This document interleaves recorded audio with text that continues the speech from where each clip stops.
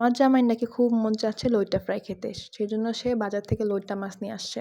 কিন্তু আমি তো পড়লাম মুশকিলে, কারণ আমি কখনোই লইট্টা ফ্রাই করিনি।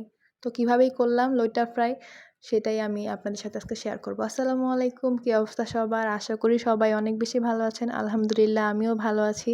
আজকে আমি লইট্টা ফ্রাই শেয়ার করব, যেটা আমি প্রথমবারের মতো বানালাম। তো কীভাবে বানালাম সেটাই আমি বলবো আজকে। চলুন দেখে নিই।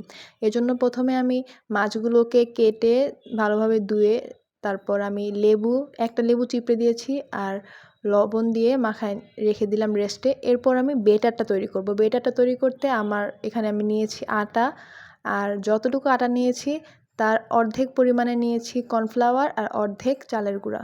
এরপর আমি পরিমাণ মতো হলুদের গুঁড়া, মরিচের গুঁড়া, তারপর দিয়ে দিলাম আদা রসুন বাটা।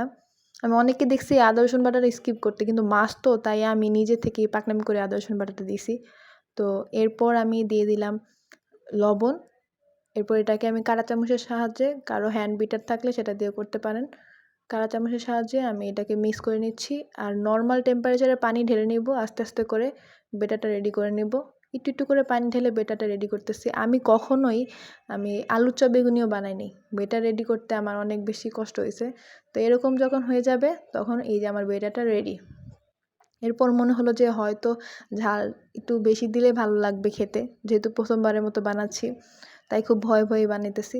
তো এরপর ওই যে মাছগুলোকে আমি রেস্টে রেখে দিছিলাম লবণ আর লেবু দিয়ে। এরপর ওইটাকে আমি যে পানি ছেড়ে দিচ্ছি ওই পানিটাকে চিপড়িয়ে এখানে নিয়ে নিলাম। এরপর আমি ভাজতে চলে যাব। কড়াইয়ের মধ্যে তেল গরম বসিয়ে দিয়েছি। তেলটা কীরকম গরম হবে, যখন একটুখানি বেটার দিয়ে দেখতেছিলাম যে গরম আসলে হয়েছে নাকি, পরে দেখি না, এই যে এখন গরম হয়ে গেছে।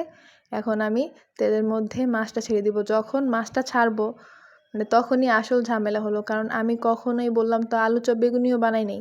তো এই যে বেটাটা একদম পড়ে যাচ্ছিলো, মনে হইতেছিল যে লাগছে আর একদম লাগে নাই, এজন্য অনেকক্ষণ সময় লাগছে। ভিডিওতেও দেখতেছেন যে অনেকক্ষণ সময় লাগাইয়া আমি বেটাটা দিছি। তো এই যে আমি দিয়ে দিলাম, দেখছেন এগড়া সেগড়া হয়েছে, ভালো বেশি হয় নাই। যখন এরকম লাল লাল করে ভাজা হয়ে গেছে তখন আমি নামায় ফেলছি।